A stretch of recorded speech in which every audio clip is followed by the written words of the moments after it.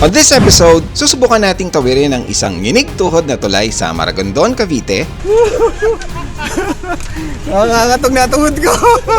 At alamin natin kung ano nga ba ang nasa misteryosong kabilang dulo nito. Titingnan din natin ang sinasabing crispiest chicken in Cavite. Will it live up to its reputation? Tara, alamin natin!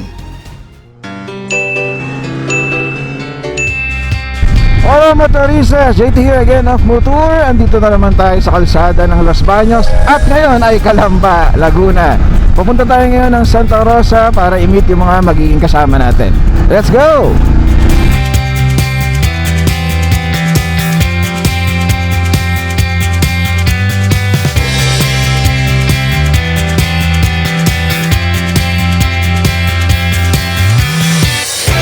At motoristas, ngayon na lang ulit tayo, no?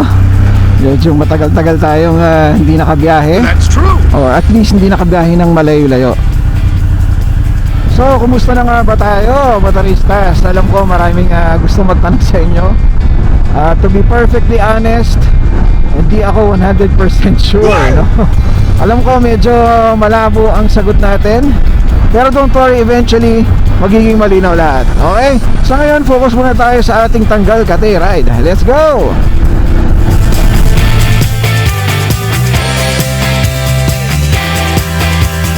Alright, 6:20 AM. Ang meetup namin ay 6:30. So, pasok tayo. Okay, malapit na tayo sa meetup natin, which is sa Shell dito sa Santa Rosa. Grabe na agad build up, oh. Buti na lang nakamotor tayo. Gamitin natin ang pagkamotor. Kasya ba? Hindi.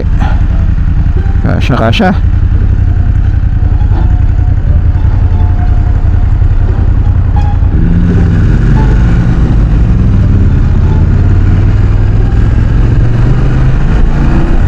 Ito na pala agad. Aga ni Papa Donch, ah. Papa Donch! Kumusta? Aga mo, ah. Arating mo lang din, sakto pala. 12 seconds later. Aba. Ibang motor. Si Papa PJ, oh. Again, si Papa doon siyang kanyang exciting 400. Siya naman ang Nung huling ride kasi ay majority ang naka-maxi scooter. At ako lang ang naka-full manual At transmission. least may kasama na akong naka-adventure bag. Dalawa, no? Oo, lamang na kami ngayon. 3 versus 2. Yan, oh. Dalawa na mga naka-scooter. Alright, so nandito na nga tayo ulit sa Shell, dito Santa Rosa. Grabe, ang aga-aga, ang dami na agad sakyan, no?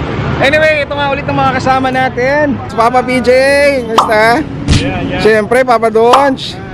Siyempre, Papa Mike, kumusta? Excited na ba kayo sa sa kakainin natin? Kasi ikaw ang nag-recommend dito, eh. Best fried chicken. The crispiest pala, crispiest fried chicken ba? O crispiest chicken in Cavite. Yun ang pupuntahan natin. So, excited na ako. Hintayin lang natin yung isa pa nating kasama. Let's go! Ito yung kay Papa PJ, oh. Again, for sale to. Message lang kayo sa kanya. Kung hindi pa nabebenta, by the time na mapanood nyo to. So, ito si Vader natin, na matagal-tagal na hindi nagamit, pero okay na okay pa rin siya. Again, yung dalawang Maxi Scoop. Exciting, tsaka AK550. Papa Joel! Ano yan? Kumusta na? Yun. Ito na bagong ride niya, oh. Mayroon siya naka Maxi Scoop. Grabe, beast na beast to, oh. Carbon fiber, oh. Mukhang loaded to, Papa. Magsawa ka na sa scooter? Hindi na. Scooter kasi very nimble sa traffic talaga eh. May iba naman. Ayos. Bagay, Papa, oh. Low sus, low seat. Sakto. Alam na this. Alright, let's go motoristas. Labas muna tayo kasi lalabas yung truck.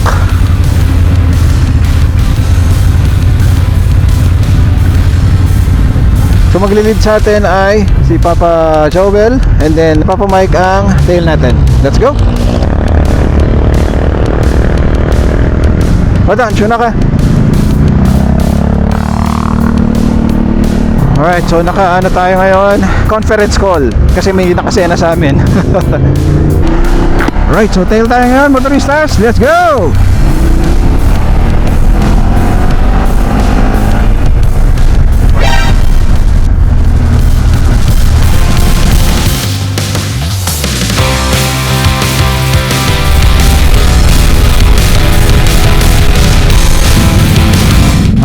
wala palang left turn. Ayan. So si Papa Mike na ang sweeper natin. Kalaks na tayo, let's go! Maligid yung ulap mga papa, oh. Maligid yung kakambal ko. Miss na siguro ako nito. Maaligid eh, oh. Next stop natin is Lolo Claros, yung crispiest chicken daw, no? Sa Cavite. Malalaman kung totoo. Yuhu! Subukan natin.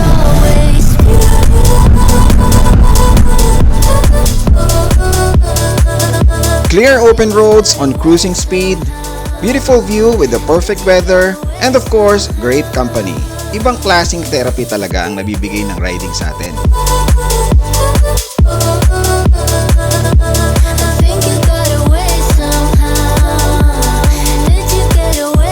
So motorista, sa magiging ruta natin is dito sa Calax, and then pagdating natin Aguinaldo, kaliwa tayo, then Silang, and then Amadeo, Indang, and then finally Naik, kung nasaan yung Lolo Claros. Okay, let's go!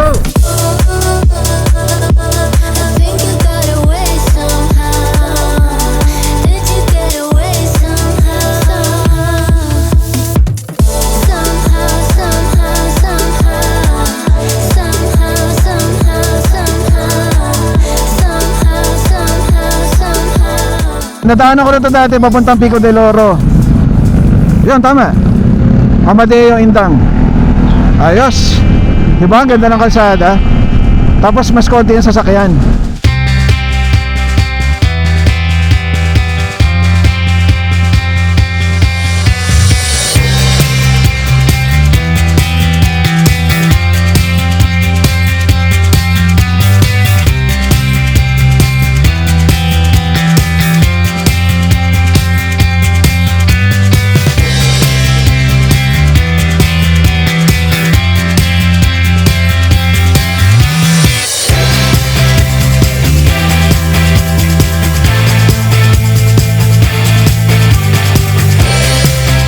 .4 kilometers to go. Lapit na tayo.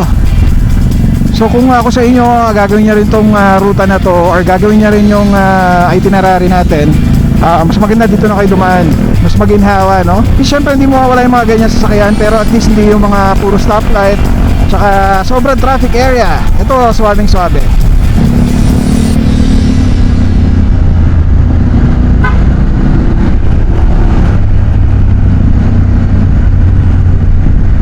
Right turn.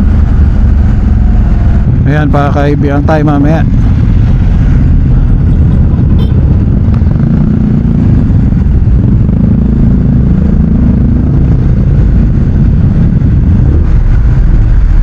Nasa right side na yata. Saan ba yun?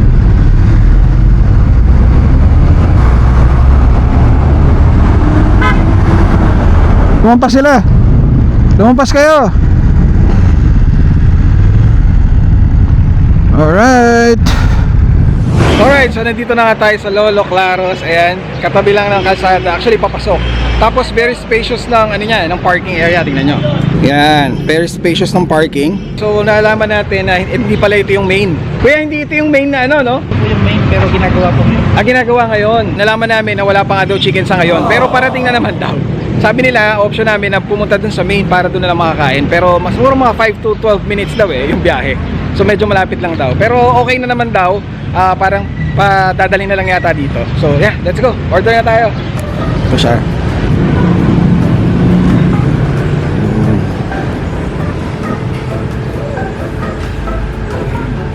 At least maliwanag na. Ayun. Ayos na tayo. Kumusta ride natin? Ganda nung nung kalsada, no? Ganda ng daan. Oh. Ito na yung specialty. Ito na yung specialty. Yan. Last fried chicken. Tsaka crispy pata. Halo-halo. Parang mababago yung lifestyle natin dito. Yung iniwasan natin ng ilang buwan o ilang taon, parang babalik Parang kahit anong gawin natin, talagang sinusundan tayo, no? Sinusundan tayo ng mga putok-batok. Breakfast pa lang po ito. Breakfast. Wala pang alas 9, crispy pata. Ayos yun ah. Isang crispy pata daw. Totoo ba? Oo. Then, isang pansit. Then Isang gulay. Yun. Dapat eh. Hindi, sa QC yan. Ayun na. Oh, Diba? grabe ang laki ng serving. Yun oh. Nilagang ano to boss? Baka. Tapos ito ay pansit. Kanton? Kanton. At ito na yung sikat na chicken. Napakagaling, no? Sabay-sabay, no? Grabe, ano yan? Tigi-tigi sa tayong ulam? 5 ulam nga, no? Grabe. No? May chop suey pa. Teresas, naalala niyo ba ito? Naalala niyo ba ito? Nag-base tayo saglit. Kasi basa yung likod natin. Tingin ko mga 15 minutes lang.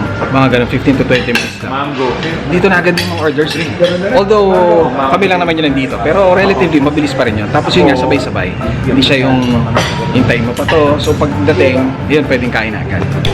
Okay. Ito na yung chicken nila. Oh, sobrang crispy nga nito. Tender ba? Tender. Parang Max, no? No? Maxes. Ang ano yung sinasabi nilang chicken. Crispiest chicken. Nung tinutuog kanina, tender na siya, malambot na eh. Dapat may sabaw. Para Mala Maxes. Ito na yung chop suey. Ay, atay, no? Para magka-idea kayo, ito yung serving niya. meron na eh. Ito, malaki-laki rin yung serving, oh. Mas gusto ko ng konti yung flavor nito kaysa sa Maxes. Hindi ko alam, parang mas tama lang yung alat niya, yung pinaka-flavor niya. Para sa akin. Okay na tayo.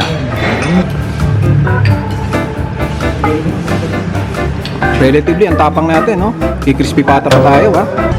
Wala ka sa Max. No. Mas malaki siya kay ano, dun sa kalaban. Yung chicken. Sarap. Mas okay yun, ah. Ikaw ba? Anong so far? Masarap eh. Okay, no? Yes. Kahit, at hindi ko pa natatry itong crispy pata, pero pati yung chop suey okay din, eh. Wala ka na, inubos mo na, eh. Actually, second time ko na to, parang pang Maxis nga yun. Pero mas masarap to. Big words, mas masarap daw. Relatively, mas affordable din, di ba? Yes. So yun, worthy of a visit. No, may halo-halo daw. Hindi ko alam kung kaya ko pa. Sobrang dami na nito, tingnan lang natin mamaya. Otherwise, balikan natin, di ba? Ako lang mango ah. Puro guyabano sila, oh. Thank you. Alright, tapos na tayo dito, Taristas. Tama yung reputasyon niya regarding sa chicken. So pinaka-nagustuhan ko is chicken. Yung crispy pata, mga 6.5 or 7 out of 10. Must try talaga yung chicken. Alright? So next destination natin sa isang hanging bridge. Yes! Meron tayo pumunta ang hanging bridge. First time ko rin yon. So tingnan natin kung ano mangyayari. Alrighty? Ingat! So si Papa PJ ay mauuna na dahil mayroon siyang kailangan gawin. 6.6 kilometers mula dun sa Lolo Claros papunta dun sa Kaingin Hanging Bridge. Doon tayo pupunta ngayon. Ito yung naiwasan natin kanina, no, mga papa, yung mga ganitong mga tricycle na nasa fast lane.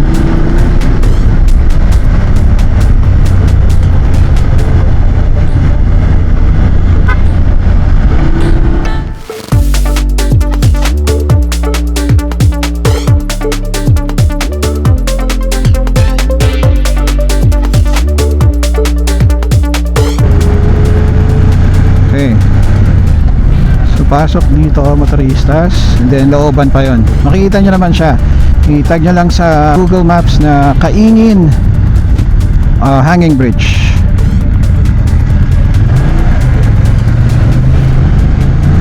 Ha?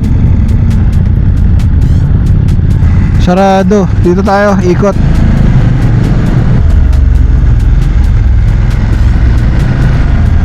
Tulit yung church, oh.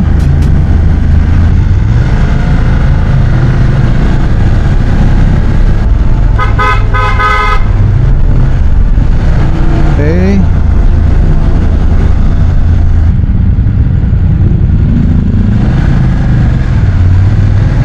Huh?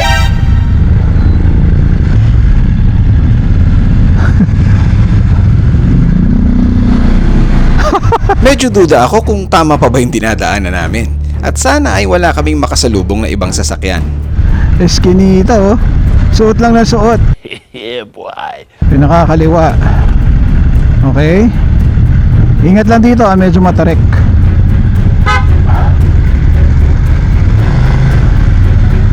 Tama kaya itong dinadaanan natin.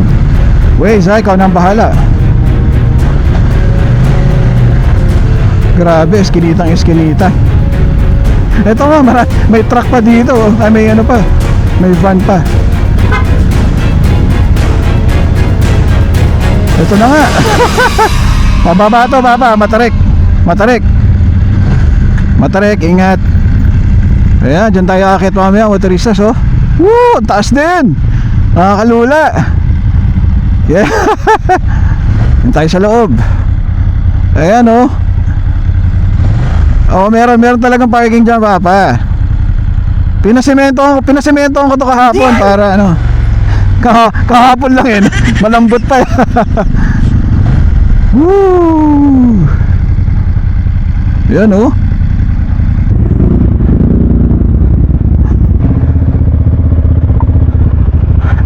Oh, next. Oh, huwag kang didiretso doon, ha.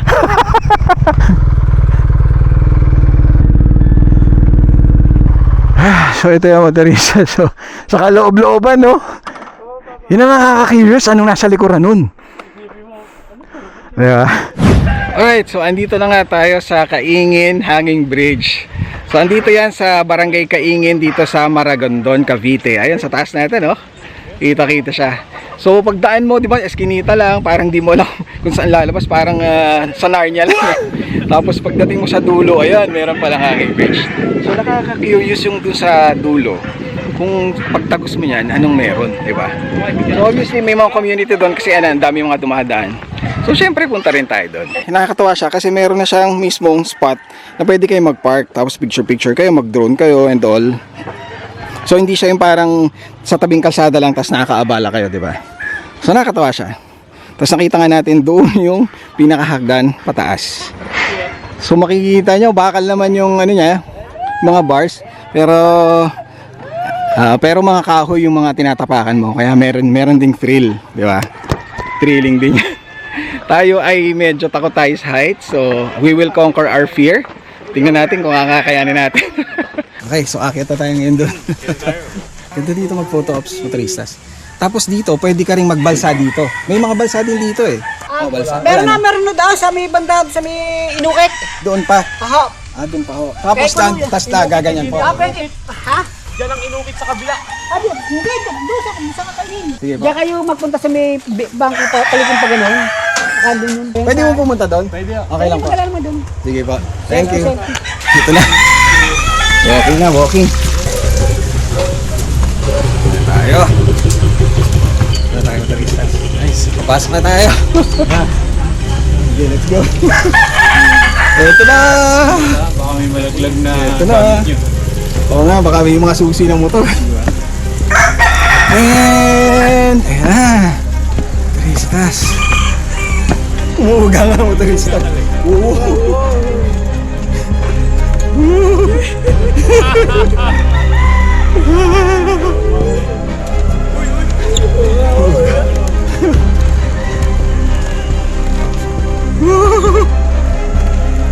Pero yung mga locals dito, syempre sanay na sanay na.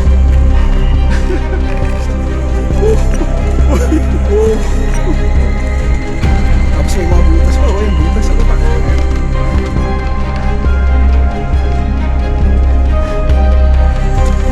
Takot. Ingat ako.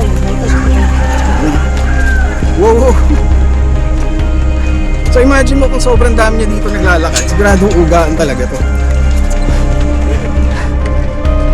At ito nga ang Kaingin Hanging Bridge. Simple man na itsura, gawa sa bakal at kahoy, pero napakalaki ng papel sa araw-araw na buhay ng mga tao dito.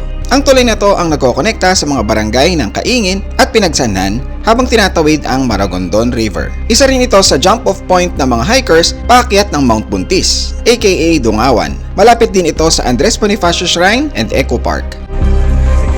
Daaraw pa. Nakatakot pala dito pag first time. Dire-diretso ka lang. Huwag ka titingin sa baba. Titingin sa baba. Dire-diretso ka lang.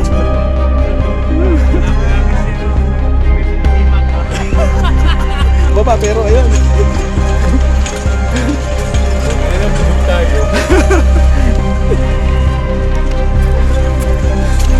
Magandang araw.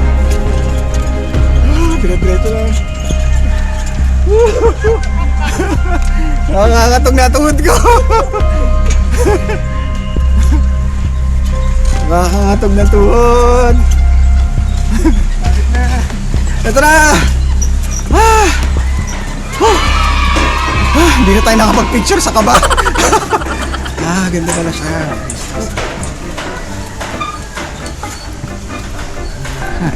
So private property na to, obviously. So doon yung daanan ng mga tao. We made it. Yes. may ano ba? May nervous ng konti. Oo. Pangugay. May nervous ng konti, no? Yan, hanggang dito na lang tayo. Kasi mga bahayan na to eh. Ito, ano to? Kita mo to, private property, may naka-gated na siya. Yun, hindi ko lang alam kung ano meron doon.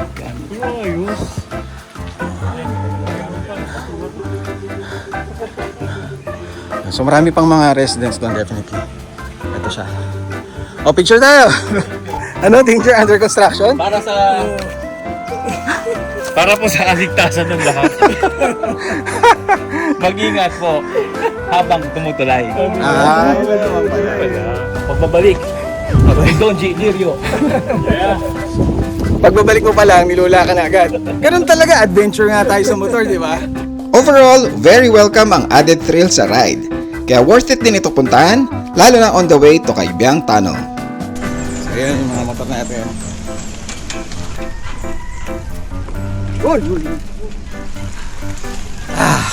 We made it! Kumusta naman so far ang ano natin? Adventure! Kahit konti, no, kahit saglit lang, tinako tayo. Grabe, ang ganda pala siya. Oo. Walang matikas na lalaki sa hangin. Paghalo-haloin fruit salad. Alright, Patricia, success tayo dito sa Kaingin Hanging Bridge. Papunta naman tayo ngayon sa Kaibiyang Tunnel, no? Walang kamatayang Kaibiyang Tunnel. Para naman sa isang maikling photo ops lang. And then maglulup na tayo. Alright, let's go! So, puro paahon to, motoristas. Alalay lang kayo. So, syempre, dahan-dahan kayo dito dahil residential area.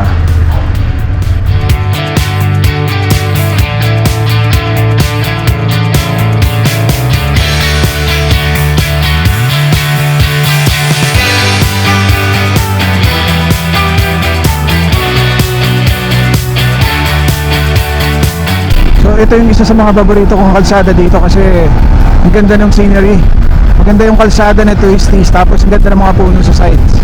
So mga hindi pa nakakapanood, Mount Pico del Oro kami, nag-hike kami doon. And also kung gusto mo ng night ride na medyo may konting takutan, panoorin mo rin, nasa link sa description. Ang dami na bigla dito mga restaurants. Dati isa o dalawa lang yan eh.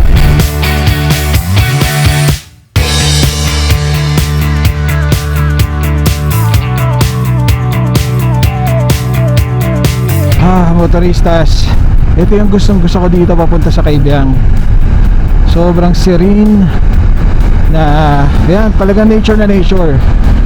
Puro greenery yung makikita mo, tapos hindi man ganun ka-perfect yung kalsada kasi dati talagang maganda yung pag-asphalto nito. Ngayon may mga uneven na, tsaka may mga konting potholes na, pero still, kita nyo yan, no? Tapos tahimik, tapos very fresh yung air.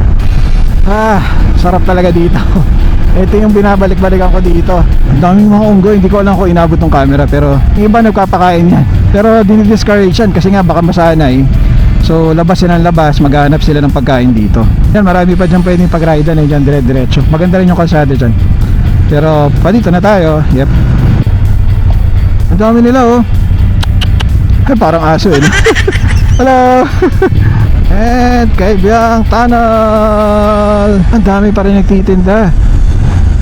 Wow, kahit Friday ay may ginagawa.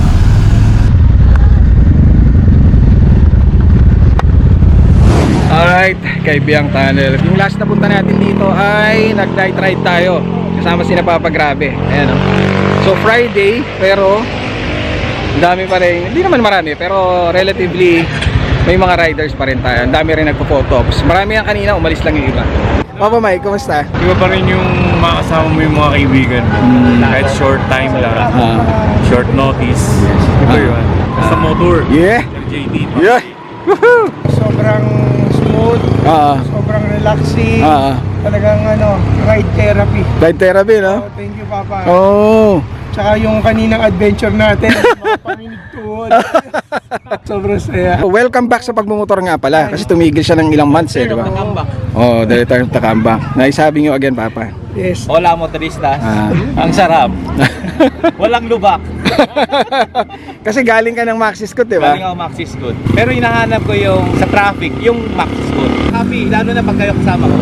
Yeah. Sabi ko nga sa'yo, last vlog mo kasama ako basta may invite na importante tao. Yeah. Guys, sabi niyo.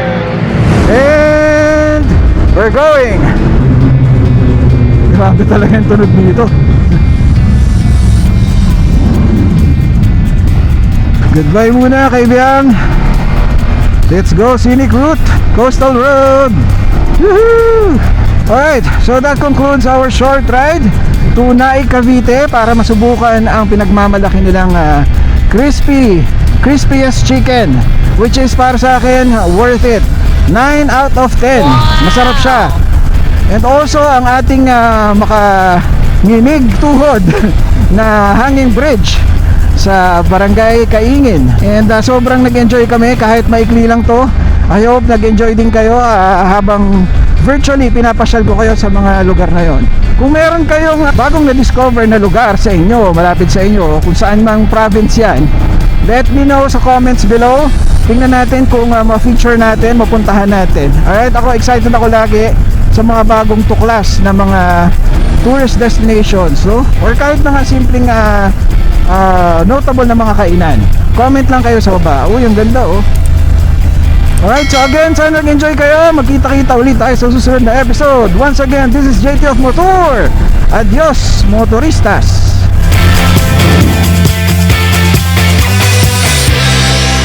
Ito yung paborito ko dating spot na ginawa ng proper view tech ngayon, no? Ayan, no, Papa. Ayan, no. So, nagkaroon na ng structure. Oo, ginawa ng view deck talaga. Dati ano lang yan, gravel lang yan or lupa lang. Diyan pa ako nagpipicture nung NMAX ko. Isa pang spot to, motoristas, oh. Kitang kita yung dagat. Uy, nalaglag na truck. Hindi pala, ito pala yung sinasabi ko na bakanting lupa lang dati. Tapos ngayon view deck na din. Ito, oh. And anyway,